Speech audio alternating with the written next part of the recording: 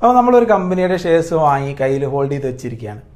നമുക്ക് ആ കമ്പനിയുടെ ഷെയർ പ്രൈസ് ഇങ്ങനെ കൂടിക്കൊണ്ടിരിക്കും. അത് മാത്രമാണോ നമ്മുടെ ലാഭം? അല്ല, നമുക്ക് കമ്പനി ഡിവിഡൻഡ് തരും. അപ്പോൾ എന്താണ് ഡിവിഡൻഡ്?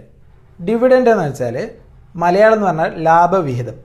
കമ്പനി ലാഭം ഉണ്ടാക്കുമ്പോൾ ആ ഒരു ലാഭത്തിൻ്റെ ഒരു വിഹിതം നമുക്ക് തരാം. അത്രയേ ഉള്ളൂ, സിമ്പിളാണ്. ഇപ്പോൾ റീസെൻ്റ്ലി ടാറ്റ സ്റ്റീല് 250% ഡിവിഡൻഡ് കൊടുത്തിട്ടുണ്ട്. അപ്പോൾ നമുക്കത് ഫോർ എക്സാമ്പിൾ നമ്മൾ അടുത്തുനിന്ന് കാണിച്ചു തരാം.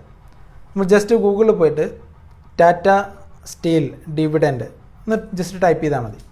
അപ്പോൾ അതിൽ ഇവിടെ കണ്ടില്ലേ, moneycontrol.comൻ്റെ സൈറ്റിൽ ഓപ്പൺ ചെയ്യാം. Large dividends declared. അവിടെ നിങ്ങൾക്ക് കാണാൻ കഴിയും. 5/5/2021 അവർ 250% ഡിവിഡൻഡ് അനൗൺസ് ചെയ്തിട്ടുണ്ടായിരുന്നു.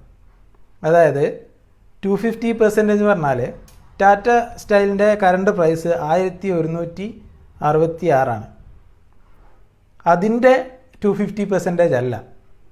അതിൻ്റെ 250% അല്ല നമുക്ക് കിട്ടുക ഡിവിഡൻഡ്. പിന്നെയോ ആ ടാറ്റ സ്റ്റീലിൻ്റെ ഫേസ് വാല്യൂ എത്രയാണോ അതിൻ്റെ 250% നമുക്ക് ഡിവിഡൻഡ് കിട്ടും. അപ്പോൾ ടാറ്റ സ്റ്റീലിൻ്റെ ഫേസ് വാല്യൂ എത്രയാണ്? ഒരു ഷെയറിൻ്റെ ഫേസ് വാല്യൂ എന്ന് പറഞ്ഞാൽ 10 രൂപയാണ്. അപ്പോൾ 10 രൂപയുടെ 250% 25 രൂപ. ഒരു ഷെയറിന് 25 രൂപ വെച്ചിട്ട് നമുക്ക് കിട്ടും. നമ്മുടെ കയ്യിൽ ടാറ്റ സ്റ്റീലിൻ്റെ ഷെയർസ് ഹോൾഡ് ചെയ്തിട്ടുണ്ടെങ്കിൽ, നമ്മുടെ കയ്യിലുണ്ടെങ്കിൽ. അപ്പോൾ അവിടെ താഴോട്ട് സ്ക്രോൾ ചെയ്ത് കഴിഞ്ഞാൽ നിങ്ങൾക്ക് കാണാൻ കഴിയും കഴിഞ്ഞ വർഷങ്ങളിലൊക്കെ ഈ ഡിവിഡൻഡ് കൊടുത്തിട്ടുണ്ടായിരുന്നു. ഇപ്പോൾ 2021 25 രൂപ പെർ ഷെയറിന് കൊടുത്തിട്ടുണ്ട്, 20 10 രൂപ, 19 13, അങ്ങനെ ഇപ്പോൾ ഉള്ളതിൽ വെച്ച് 25 രൂപയാണ് കൂടുതലായിട്ടുള്ളത്. 25 രൂപയാണ് ടോപ്പ് ഡിവിഡൻഡ് കൊടുത്തിട്ടുള്ളത്. അപ്പോൾ ഈ ടാറ്റ സ്റ്റീൽ നമ്മളൊരു 500 രൂപക്ക് വില ഉണ്ടായിരുന്നപ്പോൾ വാങ്ങിച്ചാന്ന് വിചാരിക്കാം. ടാറ്റ സ്റ്റീലിൻ്റെ കമ്പനി ഇപ്പോൾ നിൽക്കുന്നത് 1166.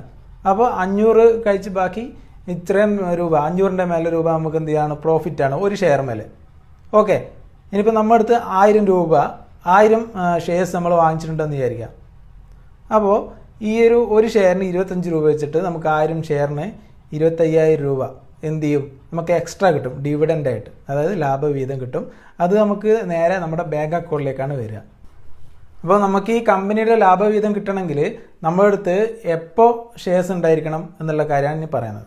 ഇവിടെ തന്നെ നിങ്ങൾക്ക് കാണാൻ കഴിയും, അവിടെ അനൗൺസ്മെൻറ്റ് ഡേറ്റ് എന്നൊരു ഡേറ്റ് ഉണ്ടല്ലേ. ഇപ്പോൾ ഇതിൻ്റെ കേസിൽ ടാറ്റ സ്റ്റീലിൻ്റെ